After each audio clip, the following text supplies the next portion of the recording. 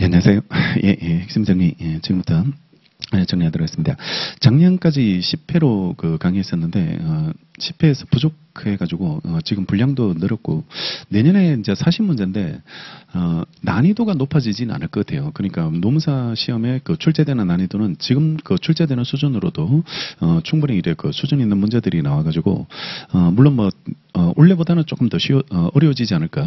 올해보다 더 쉬워지지는 않고, 올해가 너무 쉽게 나와가지고, 작년 수준의 기출을 가지고, 준비하는 게 맞을 것 같고, 조금 더 수준이 올라간다 하더라도, 그게 한계선상이 있기 때문에, 그래 막, 현격하게 어려지진 않고 40문제가 나온다는 거는 우리한테 어떤 느낌을 주냐 그러면 옛날에는 2년걸로 한 번씩 나오는 것들이 있었거든요. 그러니까 매년 나오진 않았는 그러니까 만약에 변제가 나왔다 그러면 상계가 그 다음에 나온다든지 상계가 나왔다 그러면 그 다음에는 변제가 나온다든지 이렇게 번갈아 가면서 이렇게 출제되지 변제 상계 이런 게 같이 나오진 않았는데 근데 40문제가 만들어지면 이게 같이 나올 수 있다고 같이 나올 수 있게 이래 되고 매년 나왔던 채권량도 채무인수 이런 것들이 이제 뜨문뜨문 나오던 것들이 이제 매년 출제되는 그런 형태로 이래 바뀌게 될 테니까 그런 변화 가능성이 있고 난이도는 자체 수직 상승한다 이런 예상은 좀 섣부른 판단이지 않을까라고 생각되는데 올해가 너무 쉬웠어요. 올해가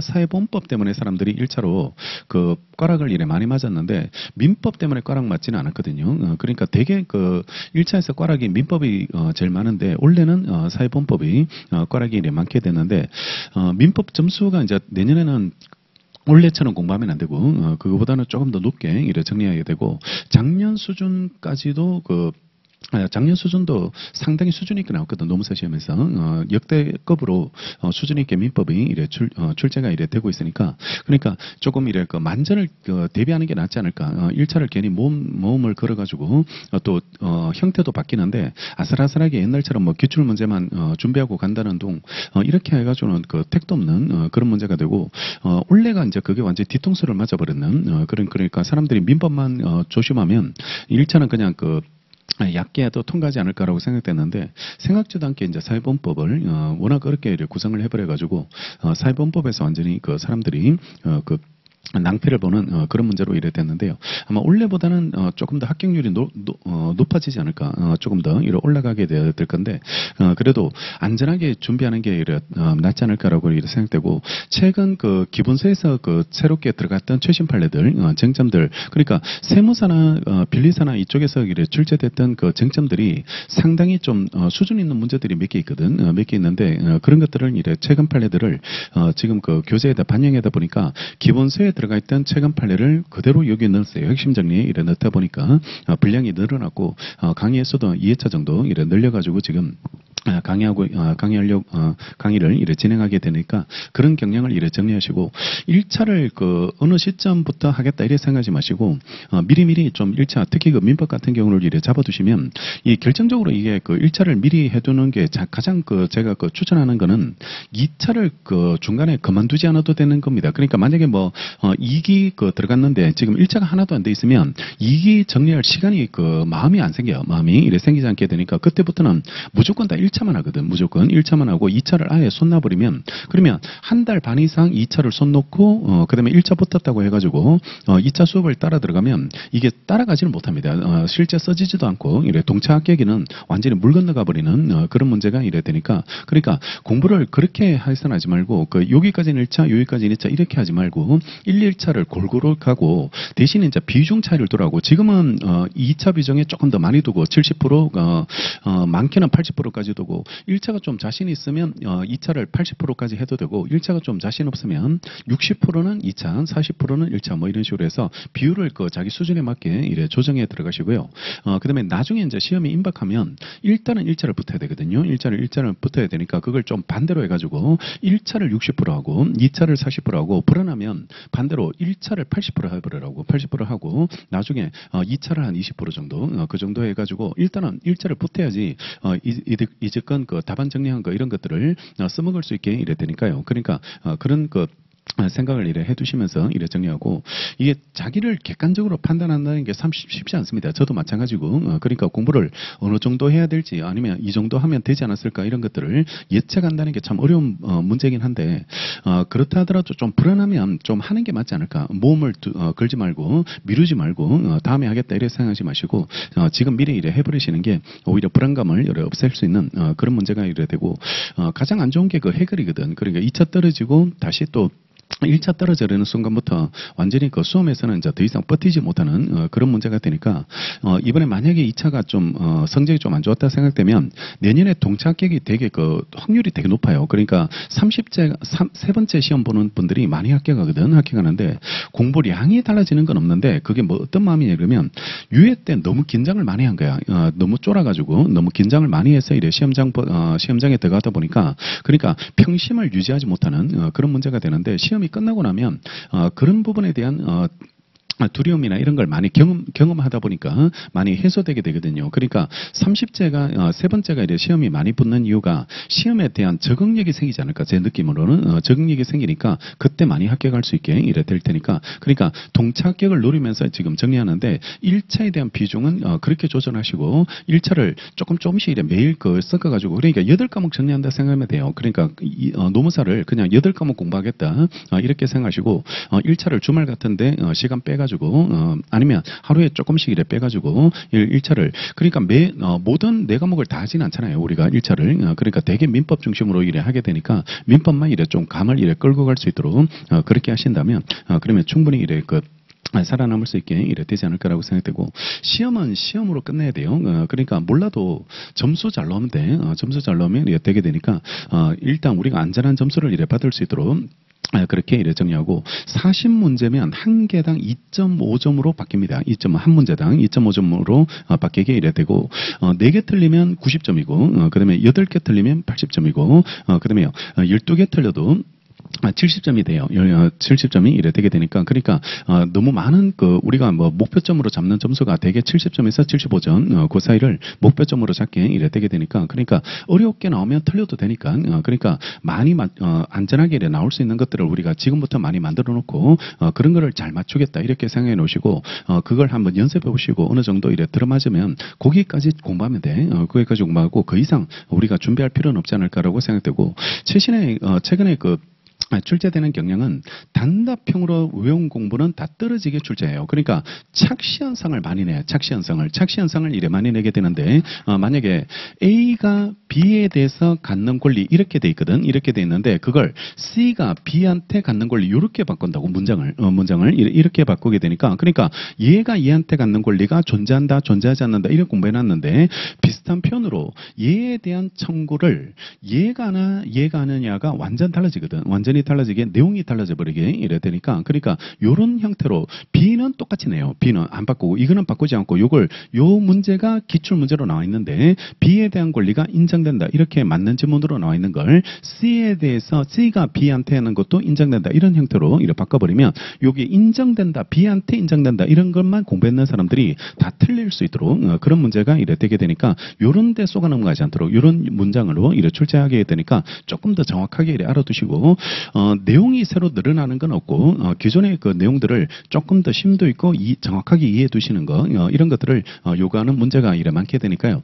그런 문제로 이래 대비하면 되지 않을까라고 생각되고 최근에 그 세무사 시험과 경찰 간부라고 혹시 아시는지 모르겠는데 경찰 간부 시험이 옛날에 주관식이었는데 그게 객관식으로 이래 민촉만 40문제로 이래 보는 걸로 이래 바뀌었는데 야 이게 수준 있게 나오더라고. 되게 수준 있게 이래 출제가 이래 되게 되는데 같은 그 출제처이기 때문에 좀 긴장은 해야 될 필요성이 있다. 그러니까 민총은 상당히 지금 발전되고 있다. 문제가 발전되고 있게 이래 되게 되고 있고 상대적으로 채권은 제일 어렵게 나오는 데가 빌리사인데 빌리사 시험에서 이래 나오는 그 기출 문제들 보니까 오히려 우리 준비하는 걸로도 충분히 대비될 수 있을 것 같아요. 그러니까 오히려 민총이 어려워지면 제 느낌으로는 지금 세무사나 경찰 간부 시험을 이래 출제하는 거 보면 행정사 이런 것들도 산업인력공단에서 이래 출제하게 되던데 그런 것들이 좀 어려워지지 않을까? 어려운 문제가 구성되면 물론 민총이 20문제 정도 예상되는데 전부 다 어렵지는 않을 거고요. 전부 다 어렵지는 않을 거고 어려운 게 한 3-4개 정도 그 정도 이래 들어가게 될 텐데 그런 것들의 여러분한테 어느 정도 그 심적 영향을 줄지, 그러니까 나머지를 정확하게 맞출 수 있는지, 15개 맞으면 되거든, 우리가. 15개 아니면 뭐 12개, 15개 정도 맞으면 거의 안정권이지 뭐. 안정권이 이래 되게 될 테니까. 그러니까 그 정도 목표로 해서 우리가 대비하시고 준비하시면 되는 거고. 40문제를 풀다 보니까 이제 그 1교시, 2교시로 나눠졌잖아요. 시험 시간이 나눠졌으니까 시간 조절하는 것만 좀 연습하시고, 시간 조절. 그러니까 그게 어떤 식으로 이제 시간 배분을 해줄지 그런 부분에 대해서 적응력이 좀 떨어지니까 25개 푸는 거랑 25개 푸는 거랑 40개 푸는 거랑은 이게 그 민법을 2번 푸는 느낌이거든요. 25개 이런 느낌이 이래 되게 되니까 상당히 오래 걸리는 느낌입니다. 상당히 오래 걸리는 이런 느낌이 될 테니까 그 연습하는 그 과정을 한번 만들어 볼까 지금 생각 중에 있으니까 나중에 한번 그 문제풀이를 한번 연습하고 갈 수 있도록 그런 형태로 한번 그 준비할 수 있도록 한번 계획을 하고 있으니까 하여튼 일단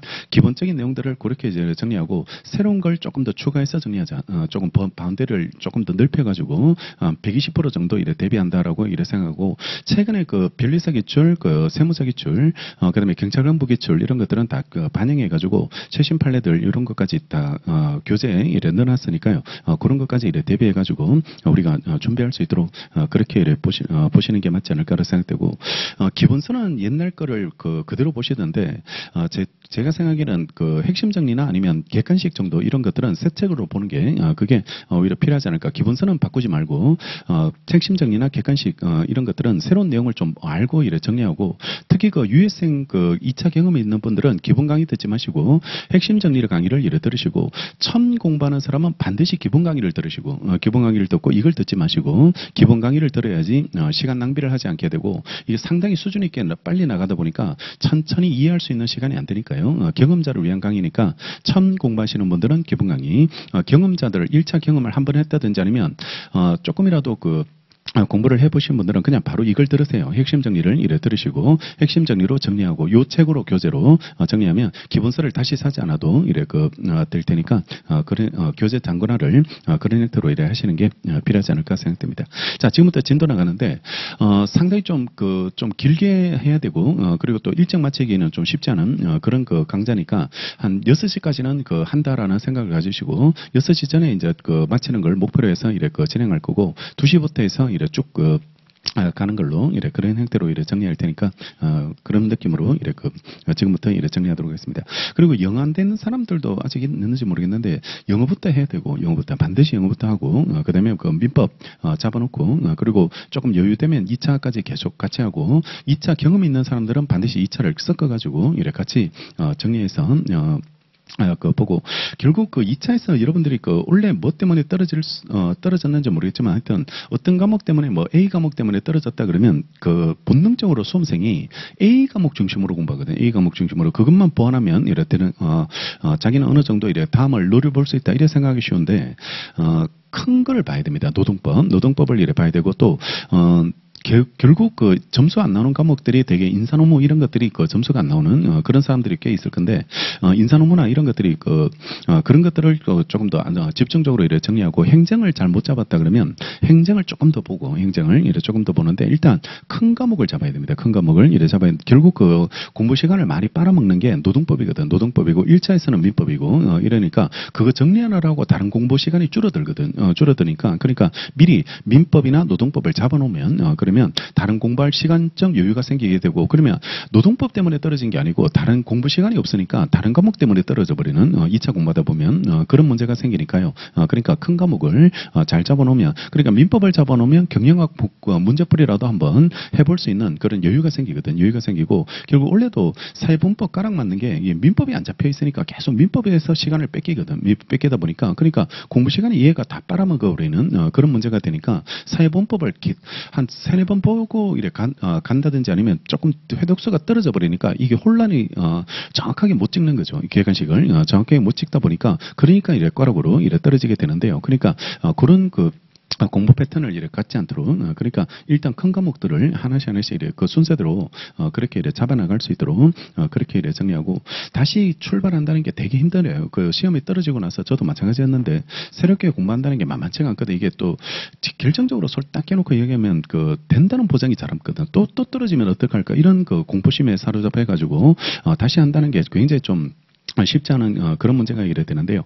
원인 분석을 꼼꼼하게 하시고 내가 뭐 때문에 뭐가 부족했다 이런 걸 과목별로 다 쪼개가지고 그 잘 됐는 거 잘못됐는 거 보완할 거 이런 것들을 다 리포트를 한번 작성해가지고 표로 이래 작성해서 그런 것들을 한번 똑같은 실수를 하지 않도록 하시고 그리고 일정량이 이래 충족되면 반드시 붙게 돼 있습니다. 이 시험은 이래 붙게 돼 있으니까 그러니까 아까 말했던 대로 시험의 적응력이나 이런 것들이 좀 떨어져가지고 실패하고 공부 합격한 사람하고 떨어진 사람하고 공부량의 차이는 별로 없어요. 실질적으로 합격권에 있는 사람들이 대개 근처에 있는 사람이거든. 1점 차로 떨어진 사람들, 0점 얼마 차로 떨어진 사람들 이런 사람들이 다 얼마나 실력 차이가 있겠어요. 이 실력 차이가 그리 크진 않을 거고 누가 시험에 잘 적응했는지 적응하지 못했는지 그 차이거든요. 그 차이가 이래 되게 되니까 그러니까 그걸 잘 이겨내고 멘탈이 무너지지 않았는지 그런 것들로 한번 생각해 보시고 너무 쫄아가지고 공부하진 않았는지 이런 것들을 한번 이래 생각해서 다시 한번 이래 신기일전에서 이래 정리하고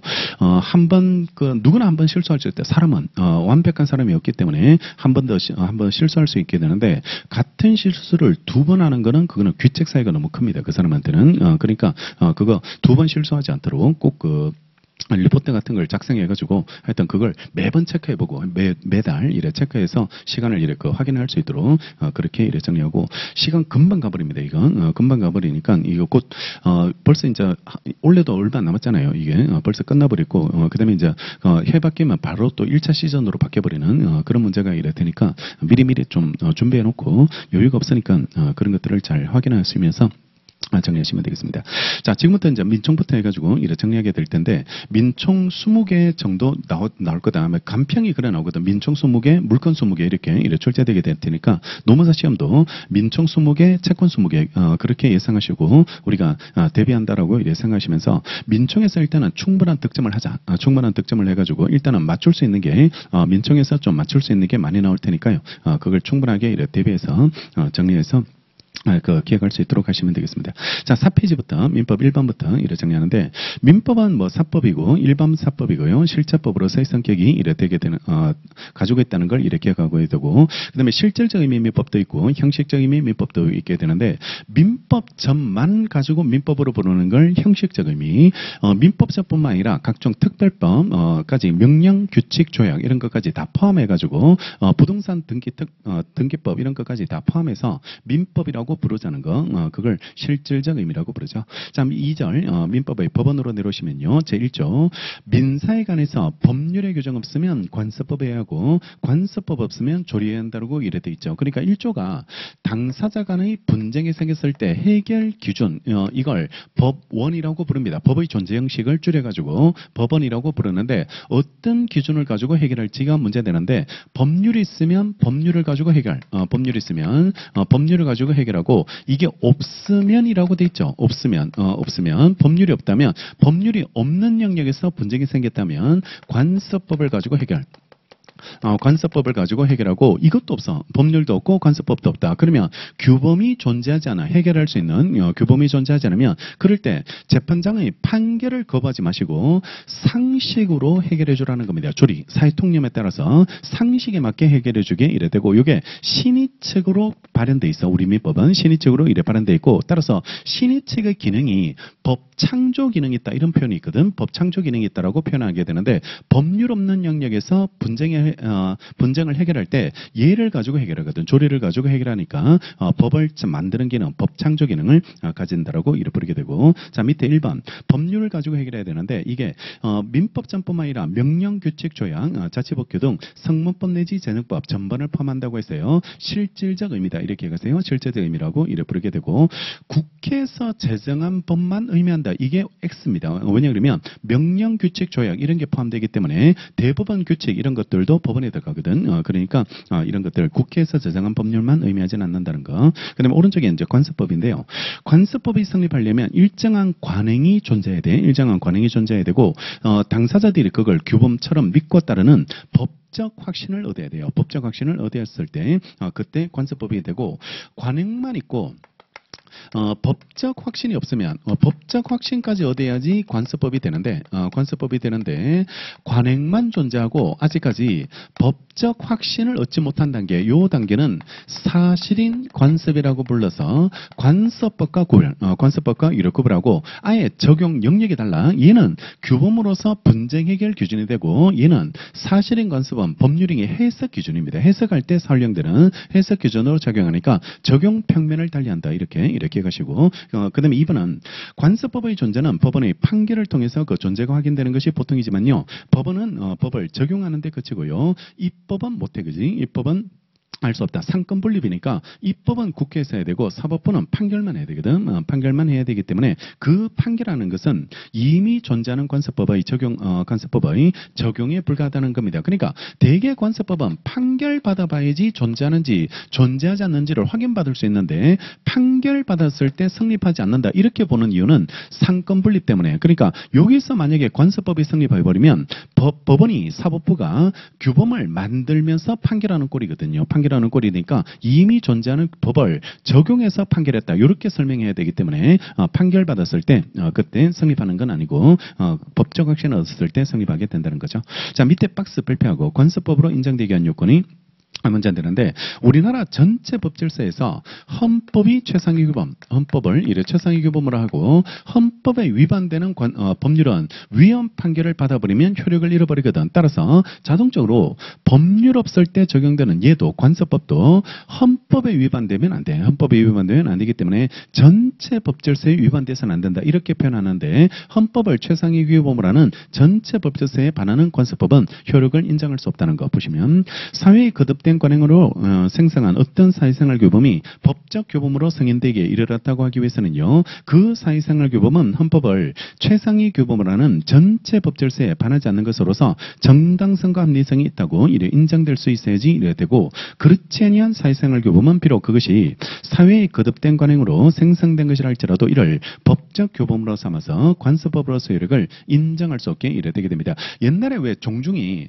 종중원을 남자만 종중으로 봤는데 이게 헌법 정신하고 맞지 않아 가지고 이거는 관습법으로 효력을 잃어버렸고 지금은 남녀 불문하고 종종원이 되는 것으로 봐야 되고 그러면 관습법이 효력을 잃어버렸을 때 그 다음에 적용되는 게 조리죠. 조리니까 조리에 따라서 지금은 남녀 불문하고 종종이 될 수 있는 것으로 판례가 이래 바뀌어있게 이래 되게 되고 최근에 또 판례가 하나 나오는 게 제사주제자인데 요거 뒤에 나옵니다. 그런 최시 판례 원래 상반기에 나오는 판례인데 제사주제자를 옛날에는 장남이 제사주제자로 봤는데 그러면 남녀 불문하고 종종이 된다는 그 판례하고 또 안 맞잖아요. 그 판례하고 이래 맞지 않게 이래 되게 되니까 그러니까 지금 제사주제자가 되는 사람은 연장자로 바뀌었습니다. 남녀 불문하고 그러면 이 사건이 누나가 있었고 이복 동생이 있었거든. 남동생이 있게 이래 되게 되는데 아빠의 그 시체 관련해서 소유권을 제사주제자가 갖게 되는데 누가 제사주제자가 될지가 이런 문제된 사건이었는데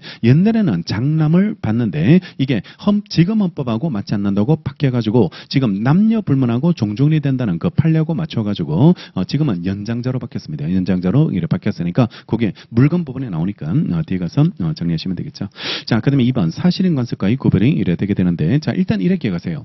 이거는 아까 말한 대로 규범이고 분쟁 해결 기준이고 얘는 법률행위 해석 기준이거든. 그러면 이게 뭔 실익이 있을까? 규범으로 작용하는 거와 법률행위 해석으로 작용하는 거에 구별하는 이유가 있을 거 아니에요. 구별하는 실익도 없는데 얘하고 괜히 구별하지는 않거든. 그러면 관습법으로서 규범으로 작용할 때와 법률행위 해석으로 작용할 때 가장 큰 실익은 뭐냐 그러면 얘는 직권으로 따집니다. 직권으로 이래 판단하게 되고 얘는 당사자 주장 입증.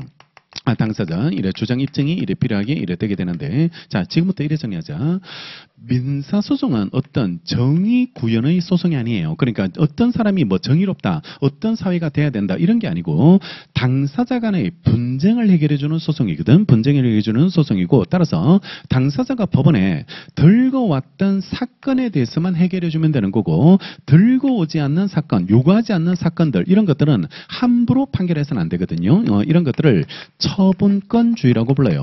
처분권주의라고 이래 부르게 이래 되고 당사자가 주장하지 않더라도 그냥 법원이 알아서 판결을 소송을 개시하고 판결할 수 있는 거 이런 것들을 직권조사상 직권조사주의, 직권조사상 직권조사주의라고 이렇게 부르게 되는데 우리 민사소송은 당사자가 요구한 것만 들고 와야 돼. 요구한 것만 판결해야 되고 당사자가 요구하지 않는 것을 함부로 법원이 판결해서는 안 되는 것으로 이렇게 처리되고 그리고 이렇게 당사자가 A를 원합니다라고 이렇게 소송을 제기했다면 각각 유리한 사실들이 있을 겁니다. 각각 유리한 사실들. 그러니까 얘는 라지 A를 인정받기 위해서 여러 가지 그 주장들을 이렇게 하게 되거든. 라지 A를 뒷받침할 수 있는 여러 가지 자료들 내어놓게 이래 되고 얘는 그게 다 부존재한다는 사실들을 내어놓게 돼요. 부존재한다, 없다, 아니면 있다가 사라졌다 이렇게 다투게 이래 되게 되거든. 따라서 이 결론을 유리하게 만들기 위해서 얘는 존재를 유리하게 만드는 거고 얘는 부존재가 유리해지게 되는 그런 문제가 되니까 서로 이걸 다투는 과정이 소송이거든. 이걸 다투는 과정이 소송이고 이렇게 당사자가 들고 오고 내어놓은 자료만 가지고 얘를 따져주라는 거, 얘를 판단해주라는 거, 이걸 변론주의라고 부릅니다. 변론주의라고 이래 부르게 되고 설사 판사님이 당사자가 주장하지 않는 새로운 사실을 알게 돼가지고 이 부분에 대해서 어떤 새로운 주장을 자기 스스로 알았다 할지라도 이거는 함부로 판결의 기초로 써먹으면 안 돼요. 왜냐하면 이게 실체 진실을 발견해서 누가 정의롭게 만들겠다 이게 아니고 얘네들의 다툼을 해결해주는 소송이거든. 민사소송은 다툼을 해결해주는 소송이 민사소송이기 때문에 당사자들이 다툰 부분만 해결해주면 돼. 다툰 부분만 해결해주면 되고 당사자들이 함부로 다투지 않는 걸 함부로 판결해서는 안 돼. 이걸 우리 민사소송에서 변론주의를 원칙으로 취하고 있다라고 이렇게 부르게 되고 반대말이 우리 행정소송들, 형사소송들 이런 것들은 그게 아니고 정의구현이거든. 그 기본권 침해가 있는지 없는지 헌법 정신에 위반됐는지 아닌지 이런 것들을 이래 따져줘야 되기 때문에 그런 것들은 당사자가 주장하지 않는 것도 고려해가지고 이래 판결해서 판결의 기초로 이래 삼아줄 수 있게 이래 되게 되고 집회를 불허가 처분 종로 경찰서장이 불허가를 해버렸을 때 그게 과연 집회의 자유를 침해하는 기본권 침해가 있는지 이런 것들은 헌법에 규정돼 있거든. 헌법의 정신에 이래 규정돼 있으니까 이런 것들은 법원이 알아서 가지고 와가지고 고려해준다고 고려해주게 이래 되게 되니까 당사자가 주장하지 않는 것도 고려해야 돼. 고려가 이래 되게 돼서 그걸 직권탐지주의에 따른다. 이렇게 행정쟁송법에서 이걸 명문으로 이렇게 규정하고 있게 이래 되고 이걸 따르는 것으로 처리되는데 우리 민사소송은 여기 변론주의의 원칙을 따라서 당사자가 주장한 것만 가지고 따지게 이래 되게 되는데 근데 예외적으로 당사자가 우리 민사소송에서 당사자가 주장하지 않더라도 직권으로 판단하는 경우들이 몇 개 있거든. 직권으로 많잖아. 우리 시험 범위에서 통틀어 가지고 10개가 안 돼. 10개가 안 되게 이래 되니까 이거는 나오는 대로 다 외우자. 나오는 대로 발표하고 왜냐면 나머지는 다 이걸로 풀어야 되거든. 이걸로 이래 주장한 것만 가지고 이래 판단해야 된다는 변론주의로 풀어야 되는데 근데 예외적으로 직권으로 따지는 것들이 판단이 이래 되게 되는데 그 1번이 관습법입니다. 그러면 여러분들 규범은 법은 판사님이 잘할까요? 당사자가 잘할까요? 법이 있는지 없는지 누가 잘할까? 이렇게 생각해 보시면 이런 것들은 당사자들이 몰라 그지? 법이 어떤 법이 존재하는지 이런 것들은 당사자들이 알 수 없으니까 당연히 법원이 알아서 이래 따지게 되고 나머지는 다 원칙을 가지고 해결한다라고 이렇게 가시고 직권으로 따지는 것들을 외우자. 우리는 이 소송에서 과목에서는 특징이니까요. 그런 것들을 이렇게 정리하시면 되겠습니다. 첫 번째로 이게 나왔네요. 첫 번째 줄. 민법 1조의 건설법은 법령에 저촉되지 않는 한 법원으로서의 보충적 효력이 있는 법칙으로서요. 당사자 주장 입증을 기다림 없이 법원이 점찍고 이런 거 직권으로 이를 확정해야 되고 이에 반해서 106조 사실인 건설은 사적 자체가 인정되는 분야에서 법률행위 해석 기준이나 당사자 의사에 보충하는 것으로서 그 존재는 당사자가 주장 입증하게 돼 있습니다. 주장 입증하게 돼 있으니까 관습법과 사실인 관습을 구별하는 시력은 이거 직권으로 따질지 당사자 주장 입증을 해줘야지 되는지를 구별하기 위해서 따진다고 보시면 되고 효력인데요. 민법의 규정이 없는 상위 안에서 관습법이 보충적으로 적용된다고 해서 이게 반드시 법률 없을 때만 관습법이 적용되고 법률도 있고 관습법도 있으면 무조건 법률입니다. 무조건 법률이고 없을 때만 관습법이 적용되는 것으로 이렇게 평가하시면 되고 여기서 밑에 하나 쟁점이 지금 장사법이라는 게 있거든. 장사법이 있는데 분묘에 대해서요. 분묘에 대해서 특별법을 하나 만들어 가지고 묘를 이렇게 화려하게 짓지 못하도록 2001년도부터 장사법이 시행됐거든. 장사법이 이래 시행이 돼서 지금 규율이 이래 되게 되는데, 그러면 장사법이 시행되고 있다면 이 관서법으로서 옛날에 분묘기지권이라는 게 있었거든. 분묘기지권이라는 게 있게 되는데, 그러면 관서법이 있을 필요 없지 않느냐?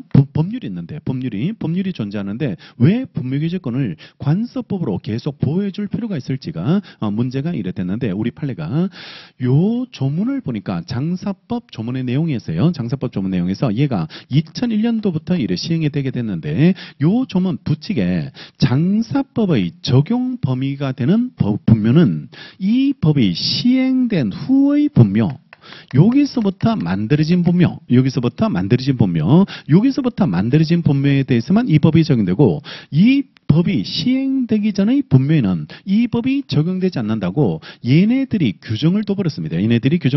따라서 장사법이 존재한다 할지라도 이게 적용 범위 자체가 시행 후 분묘에만 적용되고 시행 전 분묘에는 적용되지 않는 걸로 법에 규정을 둬버렸거든. 법에 이렇게 규정을 뒀으니까, 따라서 종전에 있던 장사법 시행 전에 있던 분묘에 대해서는 여전히 관서법이 존재할 필요가 있고 분묘기지권이 여전히 관서법으로서 존재를 갖게 된다는 거죠. 자, 1번 요지. 장사법 부칙 2조에 따르면 분묘 설치 기간을 제한하고 토지 소유자의 상관 없이 설치된 분묘에 대해서는 분묘의 연고자는요, 토지 소유자에게 대항할 수 없다는 내용의 규정들은 장사법 시행 후, 거기 몇 줄할까? 장사법 시행 후 설치된 분묘에 관해서만 적용된다고 명문에 두고 있는 거예요. 명문으로 두고 있고, 장사법 시행 전 설치된 분묘에 대한 분묘기지권의 존립 근거가 위 법률의 시행으로 상실됐다고 볼 수 없다는 겁니다. 장사법 시행 전의 분묘에는 여전히 이 법이 적용이 되게 되고, 하나 더 보시면, 그러면 옛날에 이 분묘기지권이 인정되는 사정이요.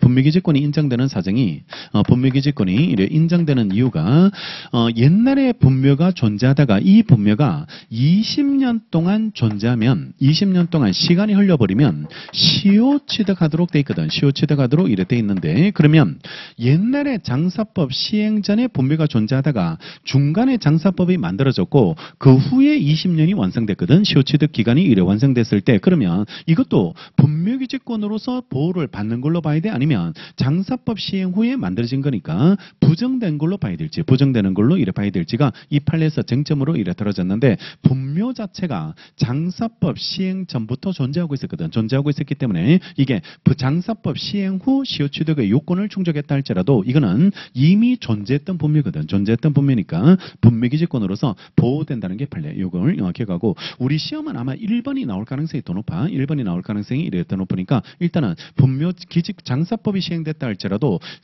장사법 시행 전 분묘에는 적용되지 않으니까 분묘기지권이 여전히 의미가 있다는 거, 1번 요지를 잘 보시고, 2번 요지 참고.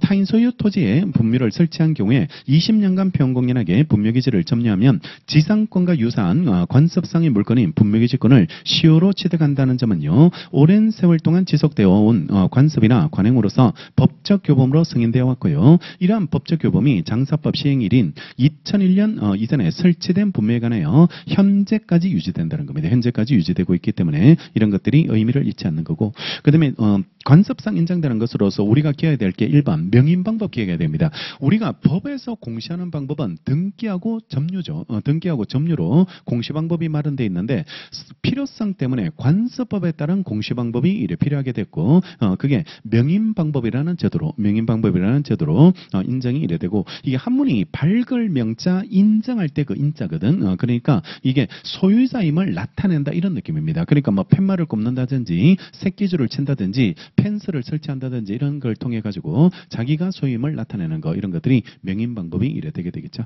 자, 그다음에 3번 조리. 현행 민법은 재판관은 법률 또는 관서법이 없다고 재판을 거부할 수 없기 때문에 재판의 기준이 되어야 될 법원의 하나로 조리를 인정하고 있기 때문에요. 조리를 민법의 법원으로 삼게 되고, 되고, 자, 이래 출제돼요.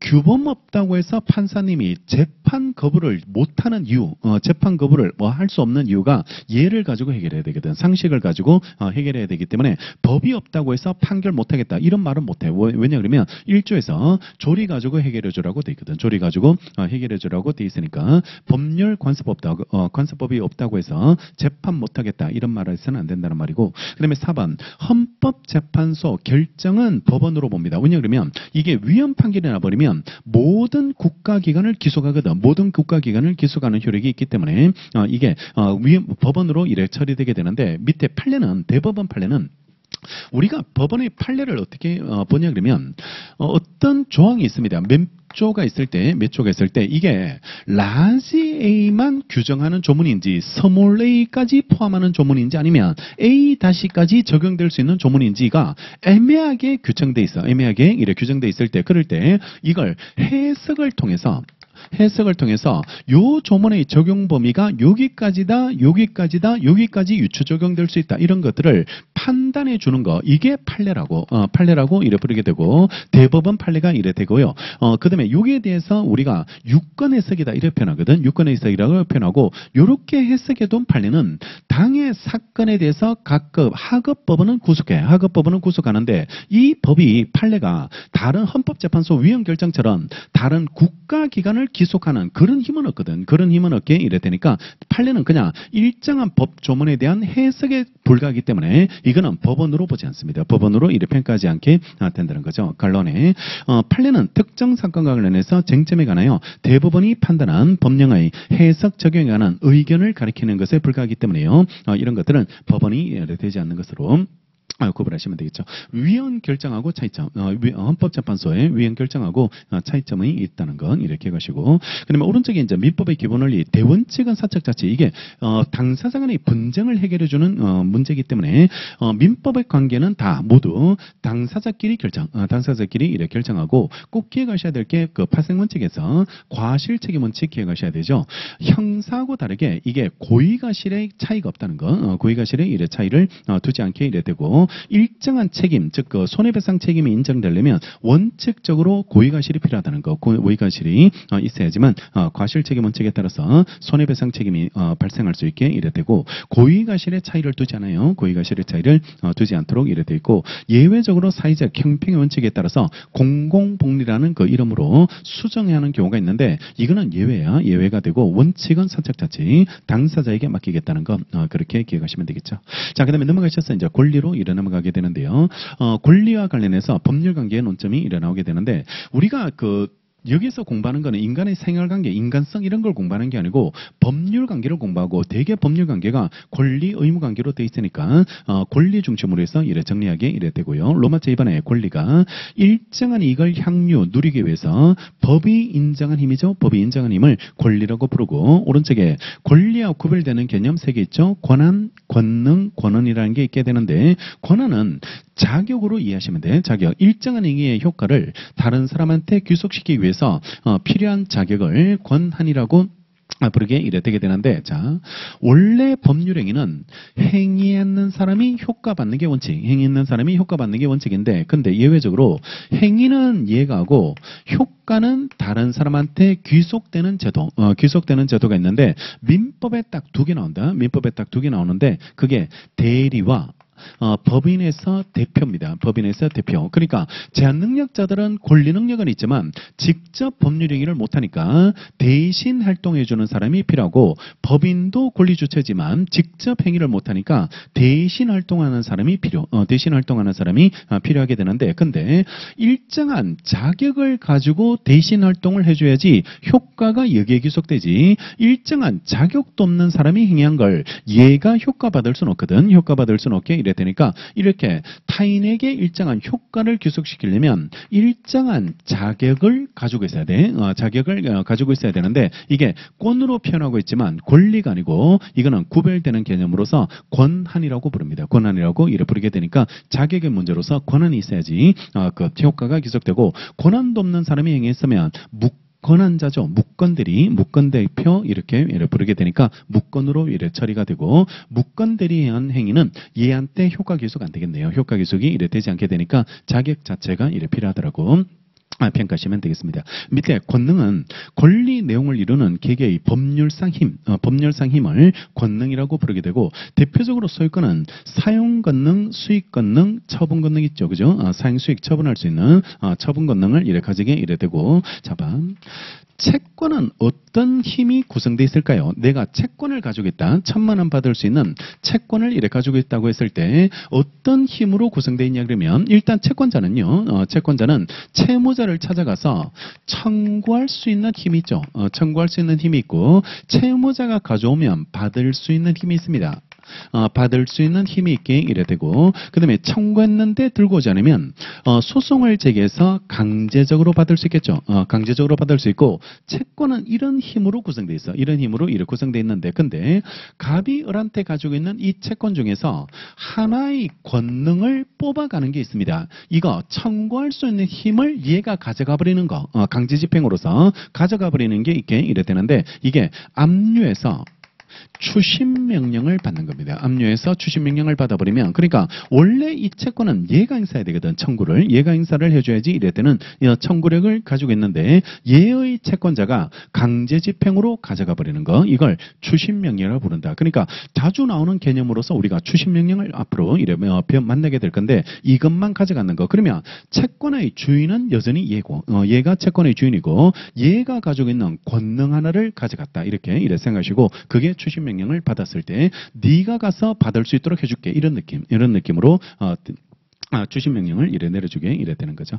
그 다음에 권한은 일정한 법률상 사실상의 일을 하는 것을 정당화시키는 원인을 권론이라고 부르게 되고 타인의 부동산에 건물을 지었을 때 그 토지를 사용할 권한이 있어야 되고 대개 지상권이나 임차권 이런 것들이 이래 존재할 것이 필요하고 없으면 철거 대상이고 없으면 권한 없이 남의 땅에 건물 짓고 있으면 철거 대상이 되겠죠. 자, 의무는 넘어가시고 자, 그 다음에 다음 페이지에 권리의 종류, 분류를 보겠습니다. 권리를 이래 분류를 해보면 로마자 1번 내용으로 분류할 수도 있고요. 로마자 2번 작용에 따른 분류가 있죠. 작용에 따른 분류가 있는데 내용에 따라서 분류하면 재산인 권리도 있고 인격권, 그 다음에 가족권, 사원권으로 분류됩니다. 재산권, 인격권, 가족권, 사원권이 돼야 되고 재산은 우리 잘 알죠. 물권, 채권, 지식재산권 이런 것들이 우리 재산이라고 이래 부르게 되고 인격권은 명예권, 초상권 이런 겁니다. 명예권, 초상권 이런 것들이 인격권이 이래 되게 되고 우리 명예훼손 당했을 때 명예훼손 누가 나를 명예훼손했을 때 그때는 손해배상 책임으로 물을 수 있도록 이래 되어 있고 이게 중요한 게 둘째 줄 끝에 판례는 사전 예방적 구제소환으로 치명이 금지도 청구할 수 있도록 그러니까 이미 명예가 훼손되고 나면 손해배상 받는다는 게 별 실익이 없을 때가 있거든. 별 실익이 없을 때가 있으니까 명예가 미리 훼손되지 않도록 예방적 구제수단으로요. 치명이 금지 청구권이 인정되는데 우리가 잘 아는 게 방송금지 가처분 이런 겁니다. 방송금지 가처분들 이런 것들은 예방적 구제수단으로서 인정되는 권리고 그 다음에 가족권도 있고요. 그 다음에 마지막 사원권은 사단의 구성원들이 갖는 권리. 예컨대 대한축구협회에서 협회장을 뽑아야 돼. 협회장을 이래 뽑으려고 할 투표를 해야 되는데 대한축구협회에 있는 사원들이 투표해야 돼. 사원들이 투표해야 되는 거지. 농구협회 사원들이 가서 같이 투표하고 이럴 수 없죠. 이럴 수 없게 되니까 그 단체 구성원들이 갖는 권리, 단체 구성원들이 그 단체에 대해서 갖는 권리를 사원권이라고 부릅니다. 아빠 우리 회사원이다 이런 게 아니에요. 그 단체 구성원으로서 갖는 지위를 사원권이라고 부르게 되죠. 그다음에 작용에 따라서 분류하는 거 잘 봐야 되죠. 법률상 힘의 정도.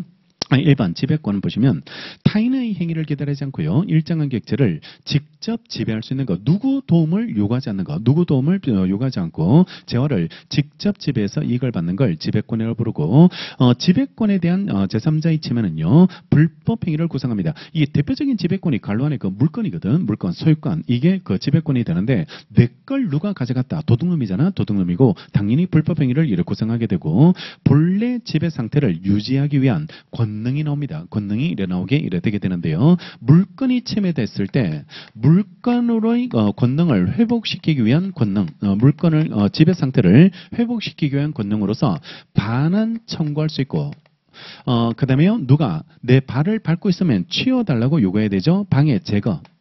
제거 청구할 수 있고, 누가 나한테 좀 위해를 가한다든지 더럽힐 가능성이 있다면 미리 예방도 청구할 수 있다. 예방도 이래 청구할 수 있으니까 반환, 제거, 예방을 청구할 수 있고, 이렇게 물건으로부터 나오는 권리거든. 물건으로부터 나오는 권리를 이걸 물건적 청구권.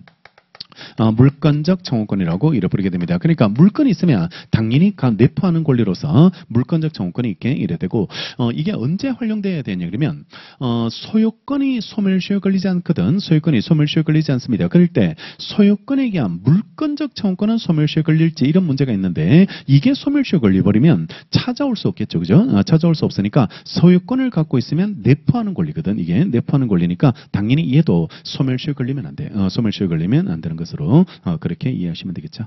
자, 그 다음에요. 2번 청구권요. 이거는 1번하고 다른 게 특정인이 다른 특정인한테요. 일정한 행위, 즉 자기나 부자기를 요구하는 권리를 청구권이라고 부릅니다. 일정한 행위를 해달라 아니면 하지 말아달라 이렇게 요구하는 권리.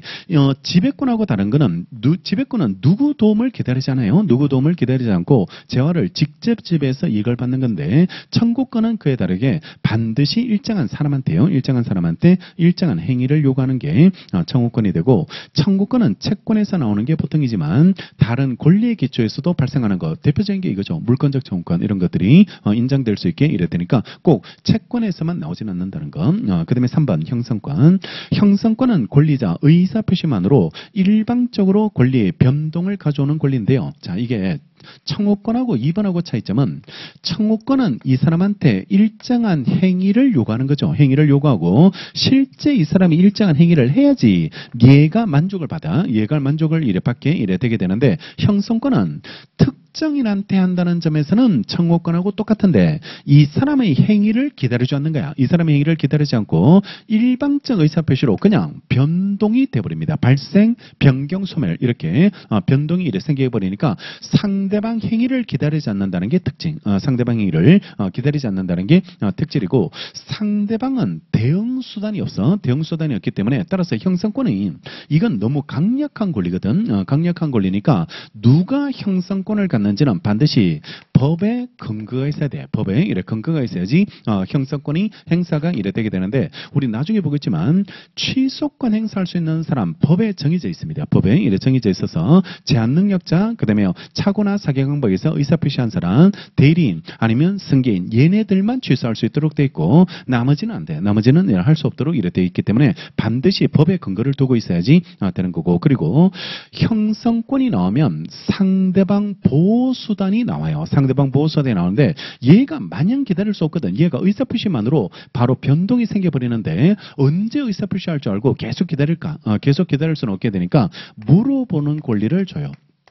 할래 말래라고 물어보는 권리를 형성권이 있을 때, 얘가 형성권 갖고 있으면 얘가 물어보는 권리를 이래 주게 되고, 물어봤는데 얘가 답을 안 해버리면 물어본다는 의미 자체가 없어지거든. 의미 자체가 없어지게 이래 되게 되니까 이때는 법에서 효과를 하나로 간주를 시켜버리거든. 간주를 시켜버리게 이래 되게 되는데, 이때 효과를 하나로 간주시킬 때 우리 민법은 지금 상태를 유지시킨다 이렇게 가자. 지금 상태를 현 상태를 유지시키는 것으로 이래 처리되게 되니까 지금 상태가 그대로 남아있도록 지금 상태가 그대로 남아있도록 이런 공식에 따라서 유지시켜 나간다라고 기억하고, 그리고 형성권은 함부로 행사 후에는 번복할 수 없다. 이것도 특징.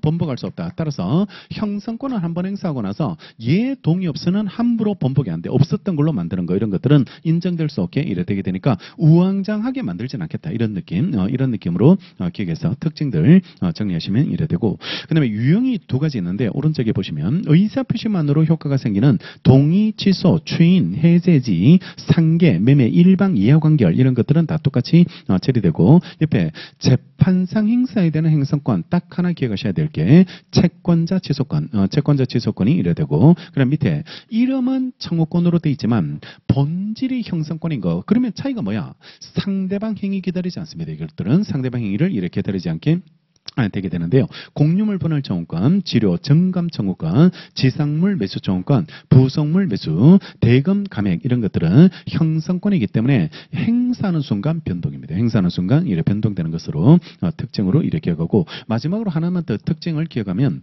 형성권은 소멸시효에 걸리지 않고 제척기간에 걸려 제척기간의 적용을 받으니까 소급표 없고 중단 없고 정지 없고 포기 없고 포기나 이런 것들은 인정되지 않는 것으로 이렇게 가시고 제척기간은 대개 10년의 제척기간이야. 10년의 제척기간인데 여기까지 기억날 수 있도록 제척기간이 언제부터 진행할까? 제척기간이 진행하는 시점을 언제로 볼 수 있는지가 이런 문제 되는데 모든 제척기간은 성립한 때로부터입니다. 성립한 때로부터 권리가 성립한 때로 발생한 때로부터 무조건 10년이야. 소멸시효는 권리행사 가능 시점이거든. 성립하고 나서 권리행사 가능 시점부터 이래 진행하게 되는데 모든 제척기간은 성립한 때로부터 10년이 이래 되니까 10년보다는 더 떠올라야 될 게 성립한 때가 떠올라야 돼. 성립한 때로부터 발생한 때로부터 10년이 이래 진행한다는 거. 그 다음에 4번 항변권. 청구권 행사에 대해서 일정한 사유에 따라서요. 그 급부를 거절할 수 있는 권리입니다. 거절할 수 있는 권리를 항변한다라고 이래 부르게 되고 청구권처럼 일정인한테 하는 것은 똑같아. 일정인한테 하는 거는 똑같은데 근데 청구받은 사람이 잠시 효력을 거절할 수 있는 권리를 준다. 거절할 수 있는 권리가 있을 수 있게 되는데 이걸 항변한다고 불러. 항변한다고 효력 발생을 저지시키는 항변권이 이래 있을 수 있게 되는데 종류가 2번 일시적으로 저지하는 것을 영기적 항변이라고 부르고 간란에 동시행 항변권이나요. 보증이나 최고 검색의 항변권이 있고 영구적, 영원히 거절할 수 있는 영구적 항변권이 있고 상속인의 한정승인입니다. 한정승인이 영구적 항변권으로 이렇게 가시면 되겠죠.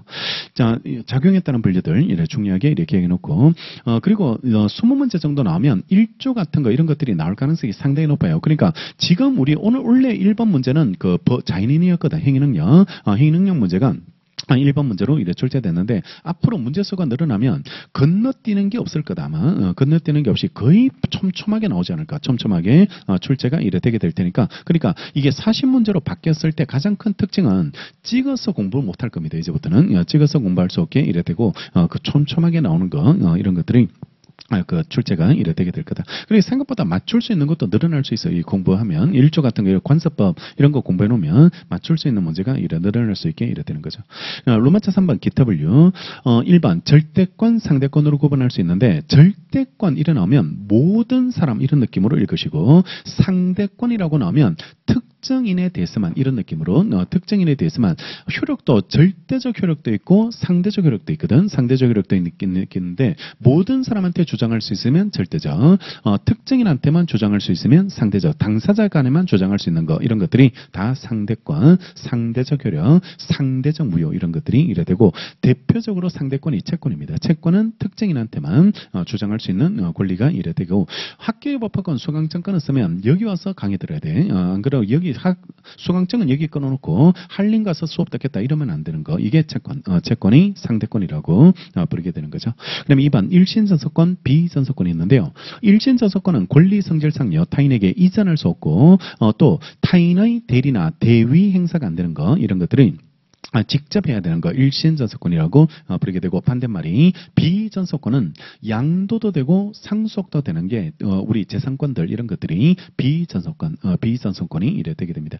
이래 출제되더라고. 동산이 일신전서권이에요? 아니에요? 이래 출제되거든. 동산이 일신전서권일까? 이렇게 출제되는데 재산권이잖아요. 재산권이니까 비전서권이 이래 되는 거죠. 그러니까 약간만 더 생각하면 돼. 약간만 더 생각하시면 이래 되고 혹시나 그 경험 있는 분들은 객관식도 미리 풀어버리고 그리고 지금 풀 때는 어떻게 푸냐 그러면 다 풀면 시간이 너무 많이 걸려. 기관식 책 그거 다 풀고 있으면 시간이 너무 많이 걸리니까 이렇게 푸는 거야. 오른쪽에 있는 노무사 기출만 푼다 이런 느낌. 오른쪽에 있는 노무사 기출만 이렇게 풀겠다 이런 식으로 뜨문뜨문 풀어라 이 말이에요. 뜨문뜨문 풀고 몇 개만 이렇게 풀어놓고 지치면 안 돼. 공부를 자기가 지치면서 이래 하지 말라고. 그리고 초반에만 너무 열심히 하고 뒤엔 또 지치고 이러지 말고 그러니까 페이스를 쭉 끌고 가는 게 이래 필요하게 되니까 오른쪽에 있는 노무사 기출 아니면 오른쪽에 있는 노무사 홀수연도 기출 뭐 아니면 원래 나왔던 4등 기출 이런 식으로 올해나 뭐 3년치 기출 이렇게 해가지고 그런 식으로 해서 이렇게 먼저 풀어놓고 책을 어차피 우리 한 번 보고 끝날 거 아니잖아, 그지? 한 번 보고 끝날 거 아니니까 그러니까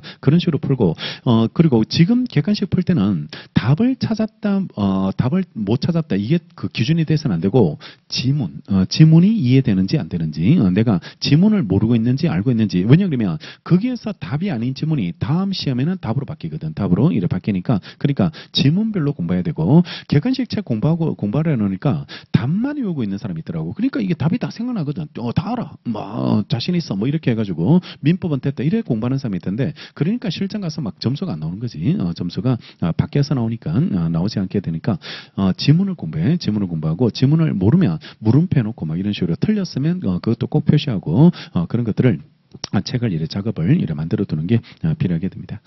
되게 디테일하게 공부해야 돼요. 그러니까 J처럼 살아야 돼요.